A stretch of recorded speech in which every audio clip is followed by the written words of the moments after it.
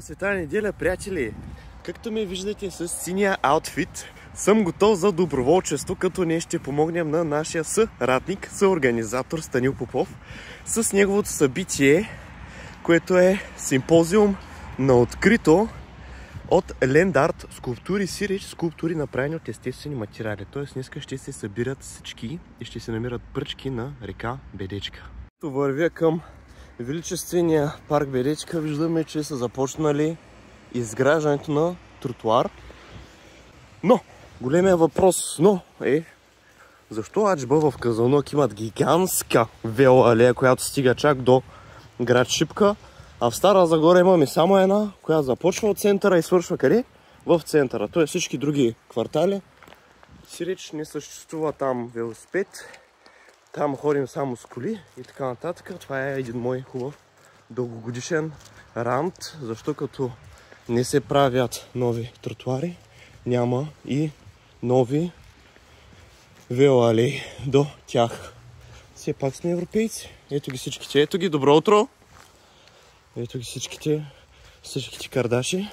В нашия европейски град опитите ни да направим публично изкуство биват узаконени с този надпис "Пожелай си нещо и пиши на това дърво", което всъщност е повече от дърво, е скулптура.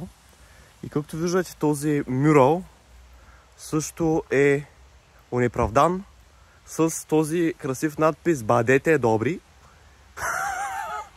Мисъл, не е нужда да го казваш. Знаем си го. Ама, все пак, направихме го да е красиво и този текст "Бъдете добри" малко ни се връзва и тези усмивки там.